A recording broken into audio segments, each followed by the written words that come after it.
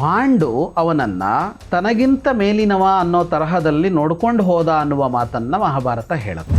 ಆದರೆ ಮುಂದಿನ ಧೃತರಾಷ್ಟ್ರ ಬದಲಾದ ಧೃತರಾಷ್ಟ್ರ ಕಾಣಿಸಿಕೊಳ್ತಾ ಹೋಗ್ತಾನೆ ಮುಂದೆ. ಧೃತರಾಷ್ಟ್ರನ ಮಕ್ಕಳನ್ನ ರಾಜರನ್ನಾಗಿಸೋದಕ್ಕೆ ಹೊರಟ್ರೆ ರಾಜಕುಲದಲ್ಲಿ ಒಂದು ವಿವಾದ ಹುಟ್ಟುಕೊಂಡೇ ಆಗಬೇಕೇ ಹೊರತು ಅದು ಸಹಜ ಪ್ರಕ್ರಿಯೆಯಲ್ಲಾಗೋ. ಗಾಂಧಾರಿ ಕಣ್ಣಿಗೆ ಬಟ್ಟೆ ಕಟ್ಟಿಕೊಂಡು ಬಂದಾಗ ಧೃತರಾಷ್ಟ್ರನ ಮೊದಲ ಪ್ರತಿಕ್ರಿಯೆ ಏನಿತ್ತು, ಅದಕ್ಕೆ ಅವನು ಹೇಗೆ ತನ್ನನ್ನು ತಾನು ಒಪ್ಪಿಸಿಕೊಂಡ ಅಂತ. ಕಣ್ಣಾಗಬೇಕಿತ್ತಲ್ವ ಇವಳು ಕುರುಡಳಾಗ್ಬಿಟ್ರೆ ಹೆಂಗೆ?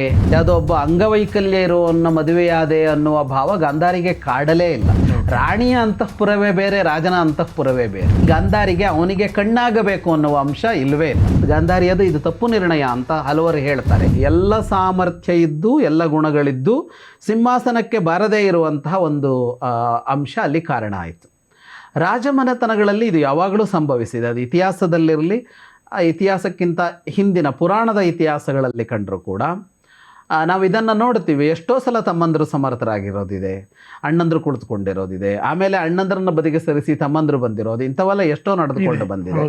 ಮತ್ತು ಸಮರ್ಥನಾಗಿದ್ದು ಕೂಡ ಹಿರಿಯನನ್ನು ಕೂರಿಸಿಕೊಂಡು ನಡೆಸ್ಕೊಂಡು ಹೋಗಿದ್ದು ಕೂಡ ಇದೆ.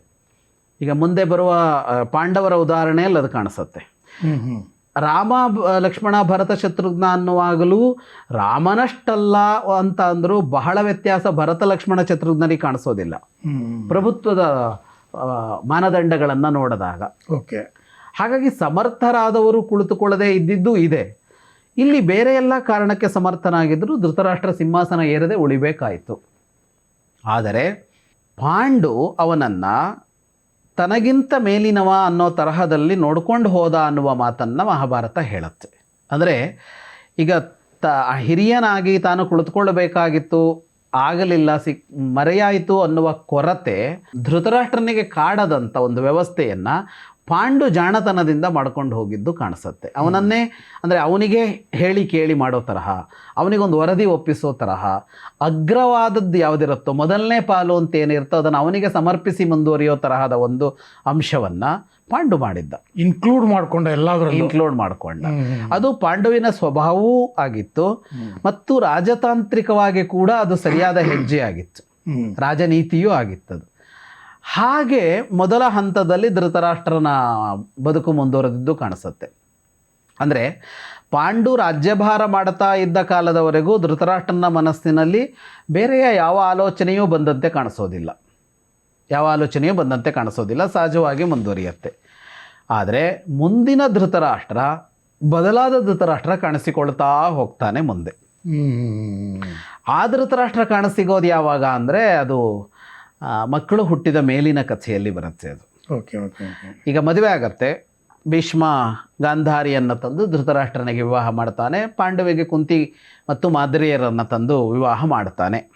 ಈ ನಿರ್ಣಯ ಅವನೇ ತಗೊಂಡಿದ್ದಾನೆ. ಯಾರು ತಗೊಂಡಿದ್ದಾನೆ ಅಂದರೆ ಭೀಷ್ಮನೇ ತಗೊಂಡಿದ್ದಾನೆ. ಅವನು ವಿದುರನ ಜೊತೆಗೆ ಚರ್ಚಿಸಿ ತಗೊಂಡಿದ್ದಾನೆ. ಯಾರು ಸೊಸೆಯಾಗೋದಕ್ಕೆ ಯೋಗ್ಯರು ಅಂತ ಅವನೇ ತೀರ್ಮಾನಿಸಿದಾಗ ಅವನು ಧೃತರಾಷ್ಟ್ರನಿಗೆ ಒಬ್ಬ ಮಡದಿ, ಪಾಂಡವಿಗೆ ಇಬ್ಬರು ಮಡದಿಯರು ಅನ್ನುವ ನಿರ್ಣಯವನ್ನು ತೆಗೆದುಕೊಂಡಿದ್ದಾನೆ ಅವನು. ಇದು ಭೀಷ್ಮನೇ ನಿರ್ಧಾರ ತಗೊಂಡಿದ್ದು. ಹೌದು, ಭೀಷ್ಮ ತೆಗೆದುಕೊಂಡ ನಿರ್ಣಯಗಳಿಗೆಲ್ಲ ಯಾವಾಗಲೂ ಸತ್ಯವತಿಯ ಅಂದರೆ ಕನ್ಸಲ್ಟ್ ಮಾಡದೆ ತಗೊಂಡಿಲ್ಲ ಅವನು. ಅವಳ ಜೊತೆಗೆ ಮಾತಾಡಿ ತಗೊಂಡಿದ್ದಾನೆ. ಅಂದರೆ ಕುಲವೃದ್ಧರು ಮತ್ತು ರಾಜವೃದ್ಧರು ಸೇರಿ ಮಾಡಿದ ನಿರ್ಣಯದಲ್ಲಿ ಪಾಂಡವಿಗೆ ಇಬ್ಬರು ಹೆಂಡತಿಯರಿದ್ದಾರೆ, ಧೃತರಾಷ್ಟ್ರನಿಗೆ ಒಬ್ಬಳೇ ಹೆಂಡತಿ ಇದ್ದಾಳೆ ಅಂತ. ಇದು ರಾಜನೀತಿಯನ್ನೇ ಹೇಳುತ್ತೆ.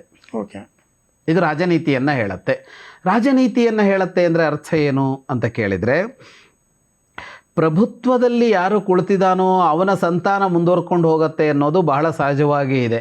ಒಂದು ಬಾರಿ ಅದು ಇವನಿಗೆ ಹೋಗಿಬಿಟ್ರೆ ಮತ್ತೆ ಅವನ ಹಿರಿಯ ಮಗ ಪಟ್ಟಕ್ಕೆ ಬರ್ತಾನೆ ಅನ್ನೋ ತರಹದ ಅಭ್ಯಾಸಗಳೇ ಮುಂದೆ ಹೋಗೋದು ಹೆಚ್ಚಾಗಿ. ಹಾಗಾಗಿ ಈಗ ಪಾಂಡುವಿನ ಸಂತಾನ ಹೆಚ್ಚು ಇರಬೇಕು ಅನ್ನುವ ಲಕ್ಷ್ಯ.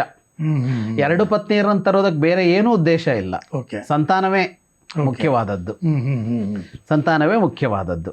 ಹಾಗಾಗಿ ಆ ಚರ್ಚೆ ಅಂದರೆ ಆ ಮಾತುಕತೆಗಳು ನಡೆಯುವಾಗ ಎಲ್ಲೋ ಒಂದು ಕಡೆ ಪಾಂಡುವಿನ ಕವಲು ಇದೆಯಲ್ಲ ಅದು ಮುಂದೆ ಆಳಿಕೊಂಡು ಹೋಗುತ್ತೆ ಅನ್ನುವ ಅಂಶ ಇವರ ಆಶಯದಲ್ಲಿದೆ ಅನ್ನೋದು ಗೊತ್ತಾಗುತ್ತೆ. ಅವರ ಅಭಿಲಾಷೆನೂ ಅದೇ ಆಗಿತ್ತು ಅಂತ. ಹಾಗೆ ಆಗಬೇಕು ಅಂತಲೂ ಅಲ್ಲ, ಧೃತರಾಷ್ಟ್ರನ ಮಕ್ಕಳಾಗಬಾರ್ದು ಅಂತಲ್ಲ. ಆದರೆ ಧೃತರಾಷ್ಟ್ರನ ಮಕ್ಕಳನ್ನ ರಾಜರನ್ನಾಗಿಸೋದಕ್ಕೆ ಹೊರಟ್ರೆ ರಾಜಕುಲದಲ್ಲಿ ಒಂದು ವಿವಾದ ಹುಟ್ಟುಕೊಂಡೇ ಆಗಬೇಕೇ ಹೊರತು ಅದು ಸಹಜ ಪ್ರಕ್ರಿಯೆಯಲ್ಲಾಗೋಲ್ಲ. ಅಂದರೆ ಸಹಜ ಆಯ್ಕೆ ಯಾರು ಪಟ್ಟದಲ್ಲಿದ್ದಾನೋ ಅವನ ಹಿರಿಯ ಮಗ. ಅವನಲ್ಲ ಅಂತ ಹೇಳಬೇಕಿದ್ರೆ ಚರ್ಚೆ ಶುರುವಾಯಿತು. ಚರ್ಚೆ ಶುರುವಾದ ಕೂಡಲೇ ಎರಡು ಪಕ್ಷ ಶುರುವಾಯಿತು. ಎರಡು ಪಕ್ಷ ಶುರುವಾದ ಕೂಡಲೇ ವಿವಾದ ಶುರುವಾಯಿತು. ವಿವಾದ ಶುರುವಾಗಿದ್ದು ಎಲ್ಲಿಗೂ ಹೋಗಬಹುದು ಅಂತ ಸಾಧಾರಣವಾಗಿ ಯಾರು ಪಟ್ಟದಲ್ಲಿದ್ದಾನೋ ಅವನ ಹಿರಿಯ ಮಗ ಅಂತ ಅನ್ನೋದನ್ನು ತೆಗೆದುಕೊಂಡು ಹೋಗೋದು ರಾಜಕುಲವನ್ನು ವಿವಾದರಹಿತವನ್ನಾಗಿ ಇಡುವ ಒಂದು ಪ್ರಯತ್ನ. ಆ ಅಭಿಲಾಷೆ ಅವರಿಗಿತ್ತು ಅಂತ. ಅಲ್ಲಿ ಧೃತರಾಷ್ಟ್ರನ ಕುರಿತಾಗಿ ಅವರಿಗೇನೋ ಬೇರೆ ಭಾವ ಇಲ್ಲ, ಅಥವಾ ಅವನ ಅಂಧತ್ವದ ಕಾರಣಕ್ಕಾಗಿ ಅವನ ಮಕ್ಕಳು ಪಟ್ಟ ಏರಬಾರದು ಅನ್ನುವ ಕಾರಣವೂ ಅವರಿಗಿಲ್ಲ. ಅವನ ಬಗ್ಗೆ ಅಸೂಯೆಯೋ ಅವನನ್ನು ತಪ್ಪಿಸಬೇಕು ಅಂತಲೋ ಅವನನ್ನು ತುಳಿಯಬೇಕು ಅನ್ನುವ ಅಂಶ ಇಲ್ಲ. ಪಕ್ಕಾ ಒಂದೇ, ಅಲ್ಲಿ ಏನೂ ಸಮಸ್ಯೆ ಆಗದೆ ಸುಲಲಿತವಾಗಿ ಒಂದು ತಲೆಮಾರಿನಿಂದ ಒಂದು ತಲೆಮಾರಿಗೆ ದಾಟಿ ಬಿಟ್ಟರೆ ಸಾಕು ಅಂತ. ಅಧಿಕಾರ ಹಸ್ತಾಂತರ ಸುಲಭವಾಗಿ ಆಗಬೇಕು ಅನ್ನುವಂಥದ್ದು ಅಷ್ಟೇ. ಎಷ್ಟು ತಣ್ಣಗೆ ಅಧಿಕಾರ ಹಸ್ತಾಂತರ ಮಾಡೋಕ್ಕಾಗುತ್ತೋ ಅಷ್ಟು ಪ್ರಯತ್ನ ಮಾಡೋಣ ಅಂತಿರತ್ತಲ್ಲ. ತಳ್ಳೋ ಅಷ್ಟು ಕಾಲ ತಳ್ಳೋಣ, ಅಷ್ಟು ಸಮಾಧಾನಿಸೋಣ. ಆಗೋದೇ ಇಲ್ಲ ಅಂತಂದಾಗಲೂ ಕೂಡ ಸಾಧ್ಯವಾದಷ್ಟು ಸ್ಮೂತ್ ಆಗಿ ಹೋಗ್ಲಿ ಅನ್ನೋದು ಅದು ಅವತ್ತು ಇವತ್ತು.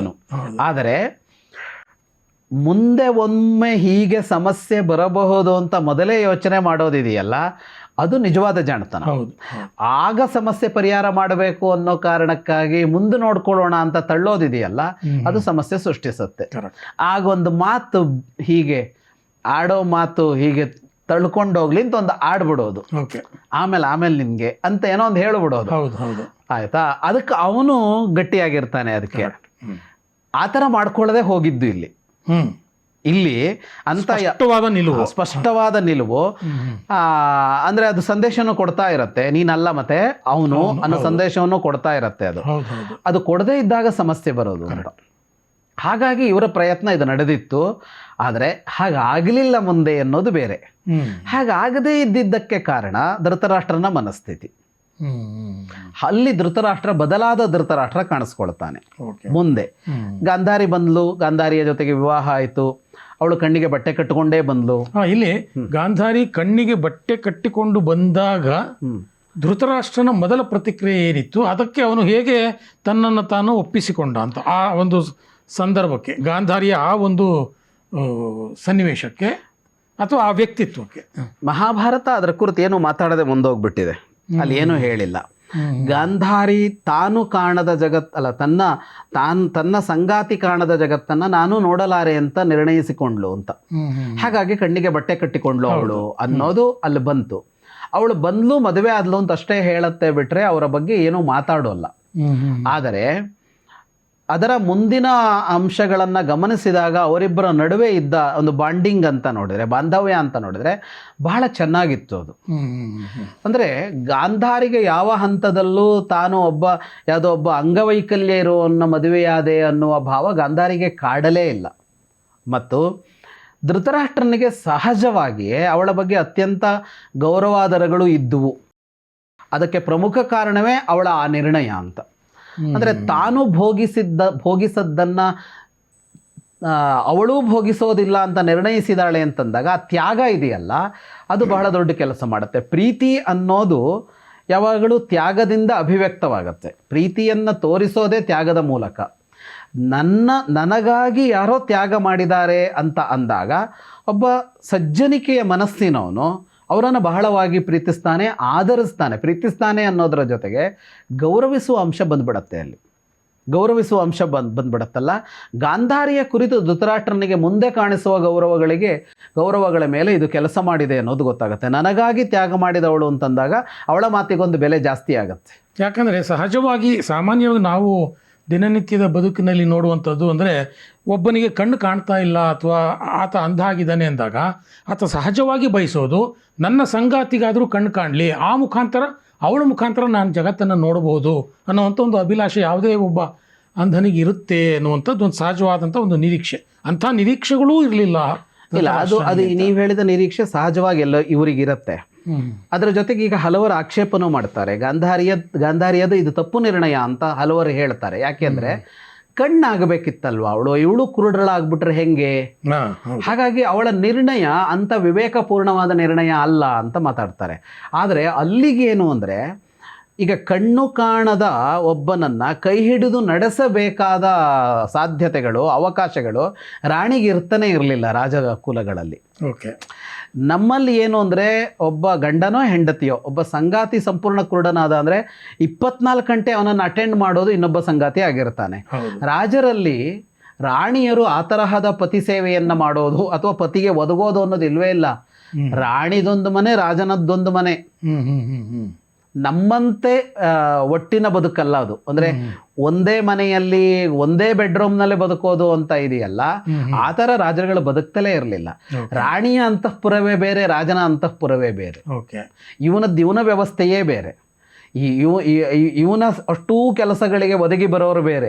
ಇವನ ಬಟ್ಟೆ ಯಾವುದು ಅಂತ ಅವಳು ನೋಡಲ್ಲ, ಇವನ ಬಟ್ಟೆ ಅವಳು ಆಯ್ಕೆ ಮಾಡಲ್ಲ, ಇವನ ಬಟ್ಟೆ ಅವಳ ಐರನ್ ಮಾಡಿಡಲ್ಲ, ಇವನಿಗೆ ಊಟ ಅವಳು ಬಡಿಸೋಲ್ಲ, ಇವನೇನ್ ತಿಂದ ಅಂತ ಅವಳು ನೋಡಲ್ಲ. ಇದಿಷ್ಟನ್ನು ಆಳು ಕಾಳುಗಳು ನೋಡ್ತಾರೆ.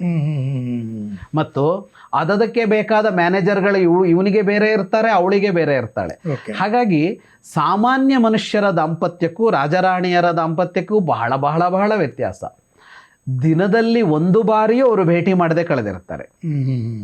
ಇವನ ರಾಜಕಾರಿಗಳನ್ನು ನಿಲ್ಲಿಸಿಕೊಂಡು ಇವನಿಗಿದ್ದ 10-20 ಹೆಂಡತಿಯರಲ್ಲಿ ಅವತ್ತು ಯಾರನ್ನು ಹೋಗಿ ಮಾತಾಡಿಸ್ಬೇಕು ಅಂತ ತೀರ್ಮಾನ ಮಾಡ್ಕೊಂಡು ಹೋಗ್ತಿದ್ದ. ಹಾಗಾಗಿ ರಾಣಿಯರ ಮನೋಭಾವವನ್ನು ಒಬ್ಬ ಸಾಮಾನ್ಯ ಪತ್ನಿಯ ಮನೋಭಾವದೊಂದಿಗೆ, ಸಾಮಾನ್ಯ ಅಂದರೆ ಹೆಚ್ಚು ಸಂಖ್ಯೆಯಲ್ಲಿರುವ ಗೃಹಿಣಿಯರ ಪತ್ನಿಯರ ಮನೋಭಾವದೊಂದಿಗೆ ಹೋಲಿಸೋದಕ್ಕಾಗೋದೇ ಇಲ್ಲ. ಅವರು ಹೆಚ್ಚು ಸ್ವತಂತ್ರರಾಗಿಯೇ ಇರ್ತಾ ಇದ್ರು. ಅವ್ರ ಬದುಕು ಸ್ವತಂತ್ರವಾಗಿಯೇ ಇರ್ತಾ ಇತ್ತು. ಇವತ್ತು ಕೂಡ ಇದನ್ನ ಅತ್ಯಂತ ಶ್ರೀಮಂತಿಕೆ ಇರುತ್ತಲ್ಲ ಆ ಜಾಗಗಳಲ್ಲಿ, ಅಥವಾ ಸೆಲೆಬ್ರಿಟೀಸ್ ಇರ್ತಾರಲ್ಲ, ಅವರ ಬದುಕು ಸ್ವಲ್ಪ ಇದಕ್ಕೆ ಹತ್ತಿರವಾಗಿರುತ್ತೆ. ನಮ್ಮಂತೆ ಅವರು ಒಟ್ಟಿಗಿರೋಲ್ಲ. ಒಟ್ಟಿಗಿರೋಲ್ಲ ಅಂದರೆ ಬೇರೆ ಆಗಿರ್ತಾರೆ ಅಂತಲ್ಲ. ಅವಳೆಲ್ಲೋ ಅವಳಷ್ಟಕ್ಕೆ ತಿರುಗ್ತಾ ಇರ್ತಾಳೆ, ಇವನೆಲ್ಲೋ ಇವನ್ ಟೂರ್ ಹೋಗ್ತಾ ಇರ್ತಾನೆ. ಅವರವರದ್ದೇ ಪ್ರಪಂಚದಲ್ಲಿ ಅವರು ಇರ್ತಾರೆ. ಹೌದು. ನಾವು ನಮ್ಮ ಸಾಮಾನ್ಯ ದಂಪತಿಗಳು ಅಂದರೆ ಹೆಂಗೆ, ಇವನ್ ಪಿಕ್ನಿಕ್ಕಿಗೆ ಹೋದ್ರೆ ಅವಳು ಬರ್ತಾಳೆ, ಅವಳು ಟೂರಿಗೆ ಹೋದ್ರೆ ಇವನು ಬರ್ತಾನೆ, ಈ ಥರ ಒಟ್ಟಿಗೆ ಇರೋದೇ ಇಲ್ಲ. ಹಾಗಾಗಿ ಗಾಂಧಾರಿಗೆ ಅವನಿಗೆ ಕಣ್ಣಾಗಬೇಕು ಅನ್ನುವ ಅಂಶ ಇಲ್ಲವೇ ಇಲ್ಲ. ಆದ್ದರಿಂದ ಅವಳ ಆ ನಿರ್ಣಯ ಇದೆಯಲ್ಲ, ಅದು ಕೇವಲ ತ್ಯಾಗವಾಗಿ ನಿಂತ್ಕೊಳ್ತು. ಇವನಿಗೇನೋ ಅದು ಸಮಸ್ಯೆ ಆಗಲಿಲ್ಲ.